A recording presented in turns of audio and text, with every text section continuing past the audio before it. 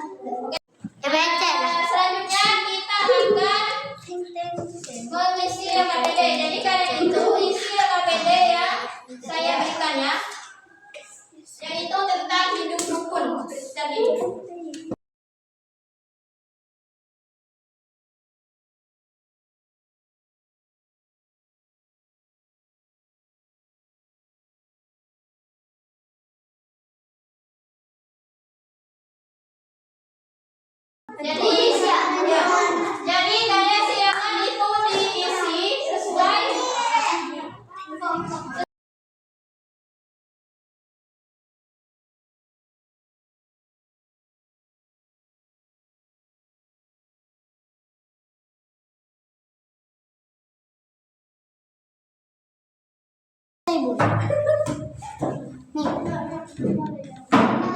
Ayo LKPD-nya diisi.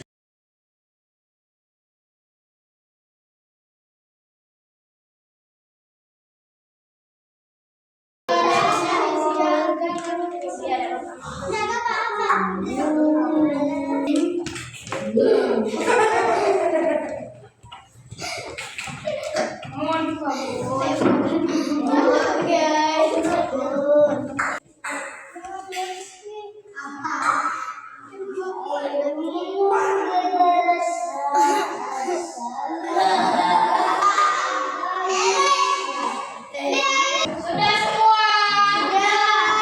Kalau sudah dimasukkan.